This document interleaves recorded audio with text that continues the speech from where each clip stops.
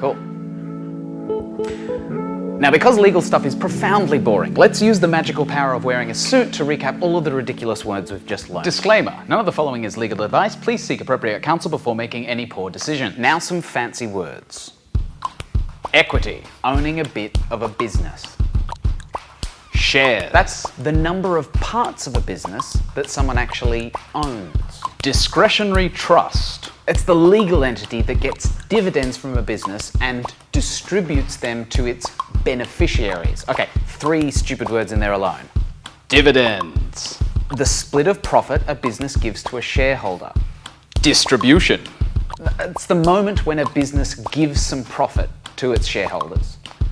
Beneficiaries, those are the people named in a trust who get a share of money when the trust does. Director, that's a person who shares in a business, who has legal obligations to run the business properly.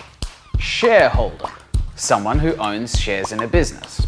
Vesting, vesting is the thing where founders earn their chunk of equity over time.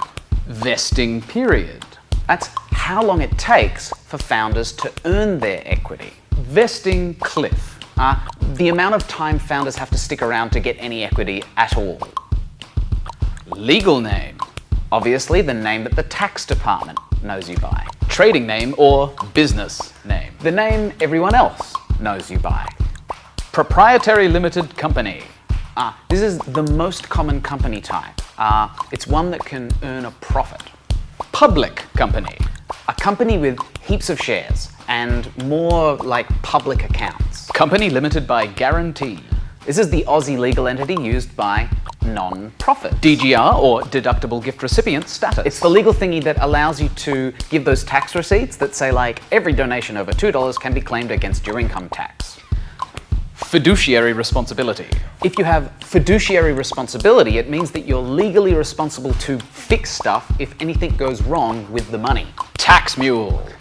That's the person on a low personal income who, through a trust, gets an absurdly high income on paper so that other people in the trust can pay less tax. And now for the Australians, ABN. That's an Australian business number. It's an 11-digit number that the tax office knows you by that makes dealing with tax stuff a bit easier. ACN, or Australian Company Number, a 9-digit number issued by the Australian Securities and Investments Commission, ASIC, which is used for keeping track of companies, basically.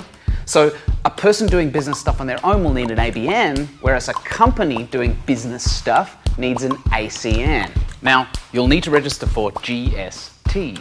Goods and services tax is the 10% tax you pay on pretty much everything, but only if you make enough cash. If a business makes over $75K a year, or your non-profit makes $150K in a year, or you provide taxi or limousine services as a part of your business operations. That taxi thing is because of ride-sharing startups like Uber. Either way, while it's handy to know all of the fancy legal words, legal stuff is serious business. So go find a lawyer you can trust.